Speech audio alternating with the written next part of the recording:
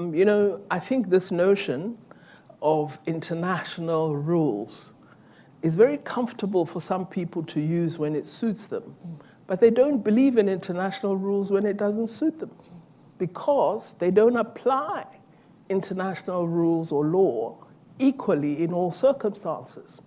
So you can't say, because Ukraine has been invaded, that suddenly sovereignty is important, but it was never important for Palestine. It's very peculiar. If you believe in international law truly, then wherever sovereignty is infringed, it must apply. And this is the point we've been making, that we use the framework of international law unequally, depending on who is affected. And we are arguing that that must change.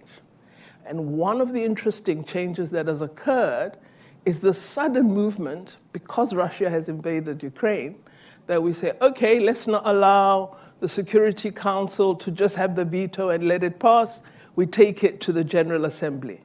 When some of us had been calling for the General Assembly to have a greater say, we never enjoyed support. But suddenly today, see, that's where international law begins to mean nothing. Because for some, we see it as a cheating, and for others, we see it as a benefit. So our argument is, let's revise the international multilateral system to ensure that we observe that post-1948 has arrived. What is the revision that you're looking for? Well, it should be more representative, more democratic. If we retain the Security Council, regions that are not represented there must have a space. And I think the move for the General Assembly to have a greater say is an important one. And it should be for everybody, not one country. So already the signs are there. Let's really ensure that we make these changes, which several countries have been calling for many, many years. We're now 54 independent African countries that are members of the African Union.